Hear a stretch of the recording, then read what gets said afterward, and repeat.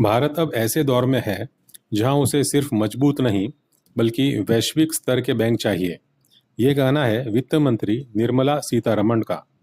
मुंबई में आयोजित 12वें SBI banking and economics conclave में उन्होंने कहा कि सरकार आरबीआई और बैंकों के साथ मिलकर बड़े और अंतर्राष्ट्रीय स्तर पर प्रतिस्पर्धी बैंक बनाने की दिशा में काम कर रही है। सीतारमण ने कहा कि सिर्फ एकीकरण से काम नहीं चलेगा, बल्कि ऐसा माहौल बनाना होगा जिसमें और भी बैंक पनप सकें और वैश्विक स्तर पर अपना स्थान बना सकें। उन्होंने बताया कि देश की अर्थव्यवस्था के लिए वित्त तक आसान पहुंच, पारदर्शी ऋण प्रक्रिया और उद्योग जगत को पर्याप्त कर्ज प्रवाह बेहद जरूरी है।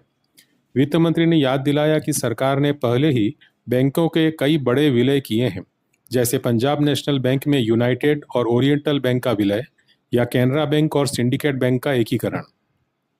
उन्होंने यह भी कहा कि बड़े बैंक बनाने से भारत की आर्थिक आत्मनिर्भरता को मजबूती मिलेगी, जहां बैंक न केवल देश में बल्कि वैश्विक बाजारों में भी प्रतिस्पर्धा कर सकेंगे।